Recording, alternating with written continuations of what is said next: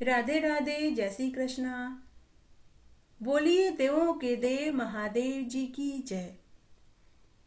Chocolate मामी से मैं सीमा सिंह आपका स्वागत करती हूँ। आज हम श्रावण मास के महात्म्य का छठा अध्याय और छठे दिन की पुण्य फल देने वाली कथा और अंत में देवों के देव महादेव जी की आरती सुनेंगे। आइए सबसे पहले हम श्रावण मास का छठा अध्याय सुनते हैं। इस अध्याय में श्रावण मास के सोमवार के व्रत का विधान आएगा। साथ ही इसमें श्रावण मास के सोमवार की कहानी और आरती आएगी। सनत कुमार भगवान महादेव जी से बोले कि हे ईश्वर, रविवार के प्रसन्नतादायक व्रत का महात्म्य और कथा सुनकर मुझे बड़ी प्रसन्नता प्राप्त हो रही है। अब आप कृपया करके श्रावण मास के सोमवार का महात्म्य भी सुनाइए। सनत कुमार के विनम्र निवेदन को सुनकर भगवान महादेव सनत कुमार से बोले कि हे पुत्र सनत कुमार, रवि मेरा ही नेत्र है। इस नेत्र रूपी एक अंग का महात्म्य तुमने सुना, किंतु सोम तो मेरा सर्वस्व है। अतः इसके महात्म्य का वर्णन करना तो बड़ा ही कठिन है। सोम नाम चंद्रमा का है। सोम को ब्राह्मणों का राजा व यज्ञ का साधन कहा गया है। सोम एक लता का नाम भी है। इन सब नामों का कारण जानने के लिए मैं इसका महात्म्य सुनाता हूँ, तुम ध्यान से सुनो। सोमवार मेरा ही स्वरूप है, इसीलिए इसका नाम सोम पड़ा। समस्त राज सुख संपत्ति को देने वाला मात्र यही एक सोमवार का व्रत है। यह सबसे श्रेष्ठ व्रतों में गिना जाता है, क्योंकि इसका व्रत करने वाले को यज्ञ करने जितना फल प्राप्त हो जाता है। वैसे तो 12 महीनों यह व्रत करना श्रेष्ठ है, तथापि यदि 12 महीने सोमवार का व्रत करना न हो सके तो श्रावण मास के समस्त सोमवारों का व्रत करने का अक्षय फल प्राप्त होता है। श्रावण मास में सोमवार का व्रत करने से वर्ष भर के सोमवार के व्रतों का फल प्राप्त हो जाता है। अब मैं तुम्हें श्रावण मास के सोमवार की व्रत की विधि बताता हूँ, तुम ध्यान से सुनो। श्रावण मास के पहले सोमवार को व्रत का संकल्प करें। भगवान शंकर अर्थात मेरी प्रसन्नता के लिए यह संकल्प करें कि हे प्रभु, मैं सोमवार का व्रत करूंगा। इस प्रकार अगर श्रावण मास में 4 सोमवार आए तो 4, 5 आए तो 5 सोमवार का व्रत करें। संध्या के समय भगवान शंकर की षोडशोपचार विधि से पूजा करके श्रद्धापूर्वक कथा का श्रवण करें। श्रावण मास में सोमवार को व्रत का नियम लेकर स्नान आदि करके साफ वस्त्र धारण करके काम, क्रोध, लोभ, मोह, माया का त्याग करें। मालती, मलिका के सफेद फूल लाकर और अन्य सभी वस्तुएं एकत्र करके ओम नमः शिवाय या श्री शिवाय नमस्तुभ्यम या त्र्यंबकम यजामहे आदि मंत्रों के द्वारा भगवान महादेव अर्थात मेरा पूजन ध्यान करते हुए कहें कि हे रुद्र नीलकंठ शिव बहहारी, मैं आपके सभी विविध रूपों का ध्यान करता हूँ। इस प्रकार भगवान शिव का पूजन करके जो इस व्रत को धारण करता है उसे समस्त सिद्धियां मैं सुलभ करा देता हूँ। हे सनत कुमार, अब तुम सोमवार के व्रत का महात्म्य ध्यान से सुनो। श्रावण सोमवार के दिन जो मनुष्य शिव पार्वती का पूजन करते हैं वे जन्म मरण के बंधन से मुक्त होकर अक्षय लोक को पाते हैं। देवों और असुरों के भी जो 7 जन्म के पाप होते हैं वे सब भी नक्त व्रत करने से नष्ट हो जाते हैं। इस बात का विचार न करते हुए इस व्रत के दिन उपवास अवश्य करें। इस व्रत को करने से पुत्र की, धन की जो भी कामना है वह सब निसंदेह पूर्ण हो जाती है। यह व्रत करने वाला मनवांचित फल भोगता है और अंत में देव विमान में बैठकर शिवलोक में जाकर पूजित होता है। अतः शरीर, जीवन व धन को अस्थायी जानकर श्रावण मास के सोमवार के व्रत का पालन अवश्य करना चाहिए। धन ही सब कुछ है ऐसा विचार त्याग कर अपनी सामर्थ्य के अनुसार शिव पार्वती की सोने की या बैल की, चांदी की मूर्ति बनावे। सुंदर सा लिंग तो भद्र बनाकर उस पर कलश रखें। 2 श्वेत वस्त्रों से ढक दें। कलश के ऊपर तांबे या बांस का पात्र रखकर उस पर शिव पार्वती जी की मूर्ति स्थापित करें। फूलों का सुंदर मंडप बनाकर उन पर सुंदर वस्त्र का चंदोवा बांधें। रात्रि में गीत संगीत आदि करके रात्रि जागरण करें। प्रातःकाल मंत्रों से अग्नि स्थापित करके शर्व, भयनाश, महादेव, उग्र, उग्रनाथ, भव, शशिमौली, रुद्र, नीलकंठ, शिव भयहारी इन 11 नामों सहित पलाश की समीधा व घी की आहुति देवें। 108 बार आहुति देकर जो चावल, तिल आदि से आप्यासव्य मंत्र से तथा त्र्यंबकम यजामहे या ओम नमः शिवाय इन मंत्रों से पुनः आहुति देवें। उसके बाद पूर्णाहुति देकर आचार्य का पूजन करें। आचार्य को गाय और दक्षिणा दान में देवें। श्रेष्ठ ब्राह्मणों को भोजन कराकर 11 बांस की 11 डलिया दक्षिणा में दे। तत्पश्चात प्रधान देवता को चढ़ी हुई सामग्री आचार्य को भेंट कर दें। इसके बाद व्रत पूर्ण होने की प्रार्थना करें कि हे ईश्वर, आप मेरे इस व्रत से प्रसन्न हो जाएं। यह सब कुछ करने के बाद अपने इष्ट बंधुओं सहित स्वयं भोजन करें। संपूर्ण विधि विधान से श्रद्धा पूर्वक जो श्रावण मास के सोमवार का व्रत करता है, भगवान महादेव अर्थात मैं उसकी समस्त इच्छाएं पूरी करके अंत में मैं उसे मोक्ष प्रदान कर देता हूँ। यह व्रत सर्वप्रथम भगवान श्री कृष्ण ने किया था। इसके बाद शिव भक्तों ने और राजाओं ने यह व्रत किया। इस व्रत के महात्म्य को जो कोई पढ़ेगा, सुनेगा या सुनाएगा, उसे भी व्रत करने का संपूर्ण फल प्राप्त हो जाएगा। आइए अब हम श्रावण मास के 16 सोमवार की व्रत कथा सुनते हैं। मृत्यु लोक में भ्रमण करने की इच्छा से एक बार भोलेनाथ बाबा माता पार्वती के साथ मृत्यु लोक में पधारे। भ्रमण करते करते दोनों विदर्भ देश अमरावती नाम की अति रमणीक नगरी में पहुँचे। अमरावती नगरी अमरापुरी के सदृश सब प्रकार के सुखों से परिपूर्ण थी। उसमें वहां के महाराज द्वारा बनवाया हुआ अति रमणीक शिवजी का मंदिर भी था। भगवान शंकर भगवती पार्वती के साथ उस मंदिर में निवास करने लगे। एक समय माता पार्वती भगवान भोलेनाथ को प्रसन्न देख मनोविनोद करने की इच्छा से बोली, हे महाराज, आज तो हम दोनों चौसर खेलेंगे। शिवजी ने प्राण प्रिया की बात को मान लिया और चौसर खेलने लगे। उसी समय मंदिर का पुजारी ब्राह्मण मंदिर में पूजा करने आया। माता पार्वती ने पुजारी से प्रश्न किया, पुजारी जी बताइए, इस बाजी में हम दोनों में से किसकी जीत होगी? ब्राह्मण विचार कर शीघ्रता से बोल उठा कि महादेव जी की जीत होगी। थोड़ी देर में बाजी समाप्त हो जाती है और पार्वती जी विजयी होती हैं। पार्वती जी बहुत क्रोधित हुई और ब्राह्मण को झूठ बोलने के अपराध के कारण श्राप देने को उद्यत हुई। भोलेनाथ ने माता पार्वती को बहुत समझाया, परंतु उन्होंने ब्राह्मण को कोढ़ी होने का श्राप दे दिया। कुछ समय बाद पार्वती जी के श्रापवश पुजारी के शरीर में कोढ़ हो जाता है। वह अनेक प्रकार के दुखों से दुखी रहने लगा। पुजारी को कष्ट भोगते हुए बहुत दिन हो गए। तब एक दिन देवलोक की अप्सराएं शिव जी की पूजा करने हेतु उसी मंदिर में आई। पुजारी के कोढ़ के कष्ट को देखकर उन्हें उनके ऊपर बड़ी दया आई और रोगी होने का कारण पूछा। पुजारी ने निसंकोच सारी बात उन्हें बता दी। तब वे अप्सराएं बोली, हे पुजारी, अब तुम अधिक दुखी मत होना, भगवान शिव तुम्हारे कष्ट को दूर कर देंगे। तुम सब व्रतों में श्रेष्ठ 16 सोमवार का व्रत भक्ति भाव से किया करो। पुजारी ने अप्सरा से विनम्र भाव से 16 सोमवार व्रत की पूरी विधि पूछी। अप्सरा ने बताया कि सोमवार को भक्ति के साथ व्रत करें, स्वच्छ वस्त्र धारण करें, संध्या व उपासना के बाद आधा सेर गेहूं का आटा लेवें, उसके 3 भाग बनाएं और फिर घी, गुड़, दीप, नैवेद्य, पूंगी फल, बेल पत्र, जनेऊ, जोड़ा, चंदन, अक्षत, पुष्प के साथ प्रदोष काल में भगवान शंकर की विधि पूर्वक पूजन करें। उसके पश्चात 3 अंगों में से एक अंग शिवजी को चढ़ाएं, बाकी 2 शिवजी का प्रसाद समझकर उपस्थित जनों में बांट दें और आप भी प्रसाद ग्रहण करें। इस विधि से 16 सोमवार व्रत करें। 17वें सोमवार को पाव सेर पवित्र गेहूं के आटे की बाटी बनाएं, उसमें घी और गुड़ मिलाकर चूरमा बनाएं, भगवान भोलेनाथ को भोग लगाएं और उपस्थित जनों में बांट दें। फिर कुटुंब सहित प्रसाद को ग्रहण करें। शिव जी की कृपा से आपके सभी मनोरथ पूर्ण हो जाएंगे। ऐसा कहकर अप्सराएं वापस स्वर्ग को चली गई। ब्राह्मण ने यथाविधि 16 सोमवार व्रत किया तथा भगवान शिव की कृपा से वह रोग मुक्त होकर आनंद से रहने लगा। उसके कुछ दिन बाद शिव और पार्वती जी फिर वापस उसी मंदिर में पधारे।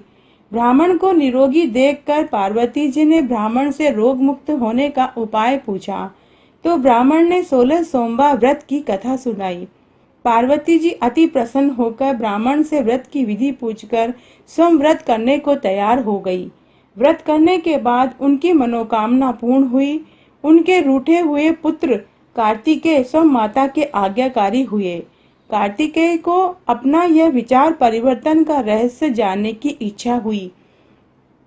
कार्तिकेय अपनी माता से बोले, हे माता, आपने ऐसा कौन सा उपाय किया जिससे मेरा मन आपकी ओर आकर्षित हुआ?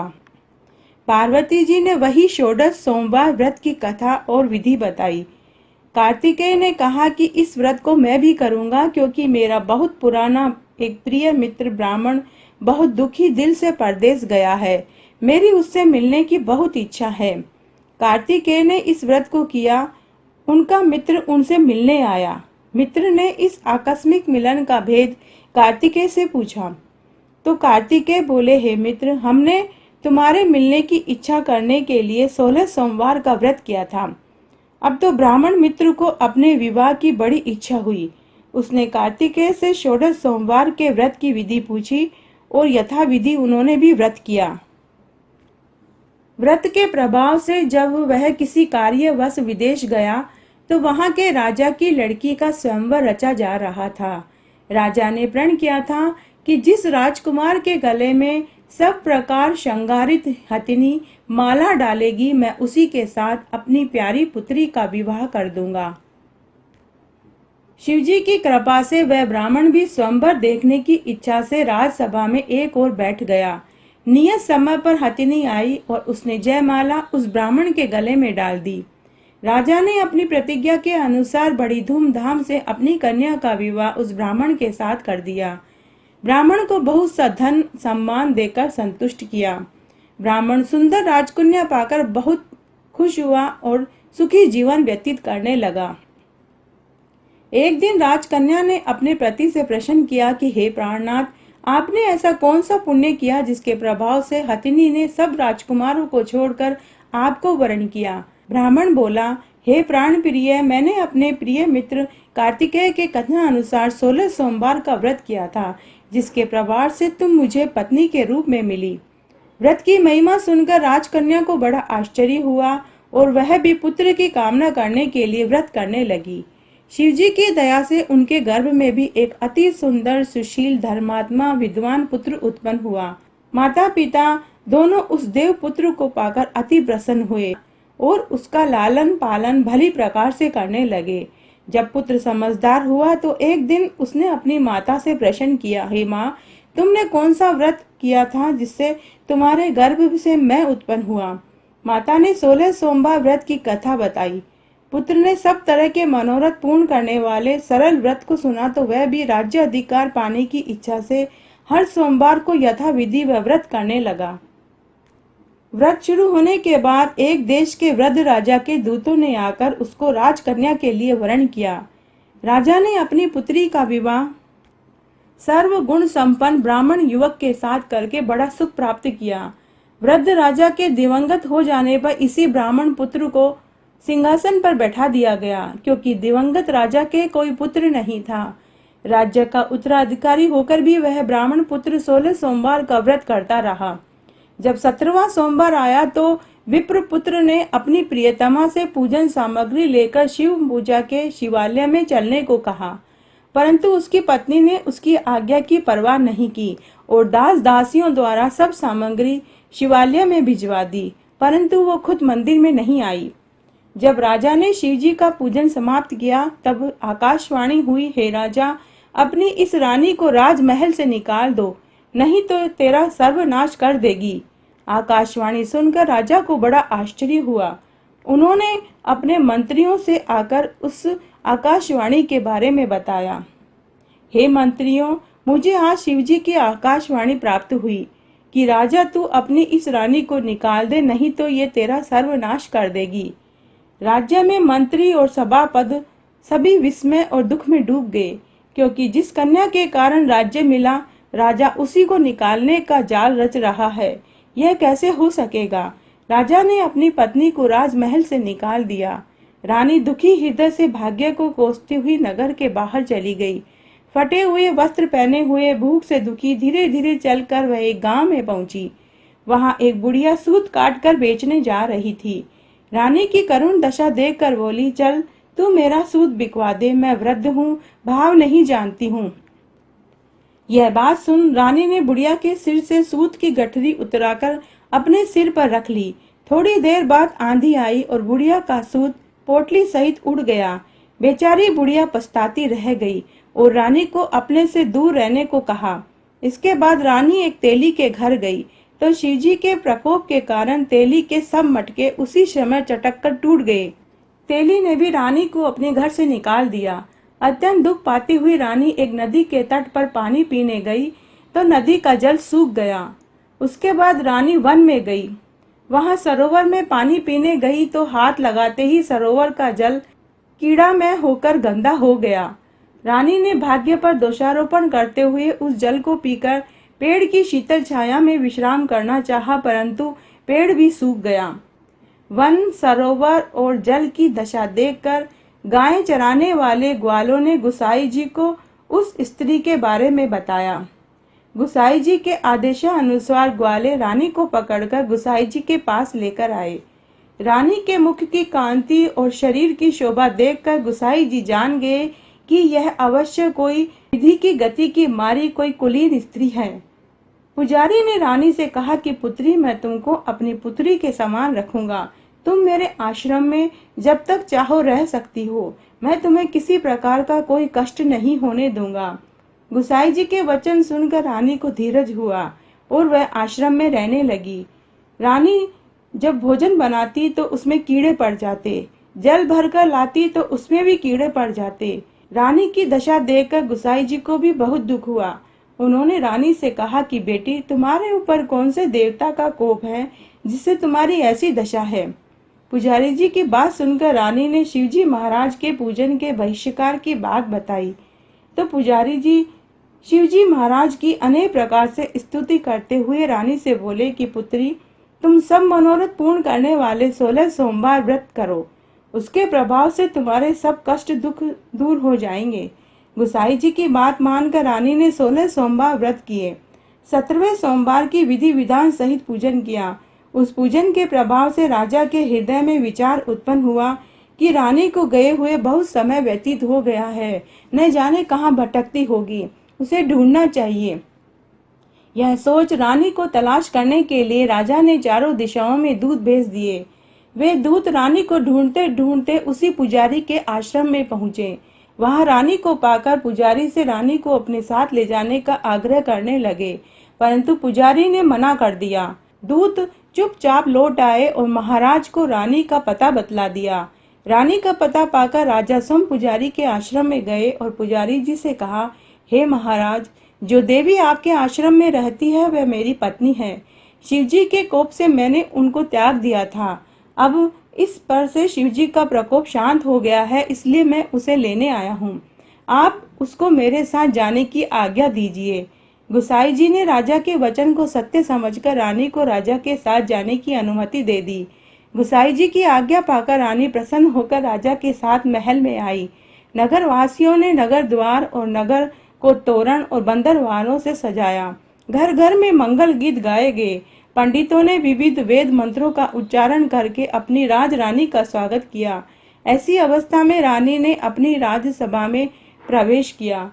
महाराज ने ब्राह्मणों को अनेक प्रकार के दान देकर संतुष्ट किया। नगरी में स्थान स्थान पर भंडारे खुलवाए, भूखों को भोजन कराया। इस प्रकार से राजा शिवजी की कृपा का पात्र हो राजधानी में रानी के साथ अनेक प्रकार के सुखों को भोग कर 16 सोमवार का व्रत करने लगे। विधिवत शिव पूजन करते हुए इस लोक के सुख को भोग कर मरने के पश्चात शिवपुरी को पधारे। जो मनुष्य मनसा वाचा कर्मणा भक्ति सहित 16 सोमवार का व्रत और पूजन विधि पूर्वक करते हैं, वे इस लोक के समस्त सुखों को भोगकर अंत में शिवपुरी को प्राप्त होते हैं। आइए अब हम महादेव जी की आरती सुनते हैं। ओम जय शिव ओंकारा, स्वामी हर शिव ओंकारा, ब्रह्मा विष्णु सदा शिव, भोले भोलेनाथ सदा शिव, अर्धांगी धारा। ओम हर हर हर महादेव, एकानन चतुरानन, पंचानन राजे, शिव पंचानन राजे। हंसासन गरुड़ासन, हंसासन गरुड़ासन, वृषवाहन साजे, ओम हर हर हर महादेव। दो भुज चार चतुर्भुज, दश भुज ते सोहे, शिव दस भुज ते सोवे। तीनों रूप निरखता, तीनों रूप निरखता, त्रिभुवन जन मोहे, ओम हर हर हर महादेव। अक्षमाला वनमाला, मुंडमाला धारी, शिव मुंडमाला धारी। त्रिपुरारी रे मुरारी, त्रिपुरारी रे मुरारी, कर कमलाधारी, ओम हर हर हर महादेव। श्वेतांबर पीतांबर, बाघांबर अंगे, शिव बाधांबर अंगे। सनकादिक ब्रह्मादिक, सनकादिक ब्रह्मादिक, भूतादिक संगे, ओम हर हर हर महादेव। करके मद कमंडल, चक्र त्रिशूल धरता, शिव चक्र त्रिशूल धरता। सुख करता दुख हरता, सुख करता दुख हरता, जग पालन करता, ओम हर हर हर महादेव। 64 योगिनी गावत, नृत करत भैरू, शिव नृत करत भैरू। बाजत ताल मृदंगा, बाजत ताल मृदंगा, अर बाजत डमरू, ओम हर हर हर महादेव। लक्ष्मी वर सावित्री, पार्वती संगे, शिव पार्वती संगे। अर्धांगी गायत्री, अर्धांगी गायत्री, सिर सोहे गंगे, ओम हर हर हर महादेव। काशी में विश्वनाथ विराजे, नंदो ब्रह्मचारी, शिव नंदो ब्रह्मचारी। नितुट भोग लगाऊं, नितुट दर्शन पाऊं, महिमा अति भारी, ओम हर हर हर महादेव। ब्रह्मा विष्णु सदा शिव, जानत अविवेका, शिव जानत अविवेका। प्रणवाक्षर के मध्य, प्रणवाक्षर के मध्य, ये तीनों एका, ओम हर हर हर महादेव। त्रिगुण स्वामी जी की आरती जो कोई जन गावे, शिव जो कोई जन गावे। कहत शिवानंद स्वामी, कहत भोलानंद स्वामी, मन वांछित फल पावे, ओम हर हर हर महादेव। ओम जय शिव ओंकारा, स्वामी हर शिव ओंकारा। शिव पार्वती का प्यारा, शिव ओढ़त मृग चाला, शिव बरसत जलधारा, शिव पीवत भंग प्याला, शिव पहनत मुंड माला। भोले भोलेनाथ सदा शिव, काशी विश्वनाथ सदा शिव, पार्वती का प्यारा, ओम हर हर हर महादेव। जय हो महादेव, पार्वती जी की जय। इस तरह आज हमने श्रावण मास का छठा अध्याय, छठे दिन की पुण्य फल देने वाली कथा और अंत में आरती सुनी। आशा करती हूँ आपको इस महात्म्य कथा और आरती को सुनने का संपूर्ण फल प्राप्त होगा। अगर आप मेरे चैनल पर पहली बार आए हैं तो कृपया मेरे चैनल को सब्सक्राइब करना न भूलें। बेल आइकन जरूर प्रेस करें, इससे मेरा आगे आने वाला वीडियो सबसे पहले आपको मिलेगा। मेरे साथ बने रहने के लिए आपका धन्यवाद। आगे आने वाली कथा कहानी के लिए भी आप इसी तरह मेरे साथ बने रहें। धन्यवाद।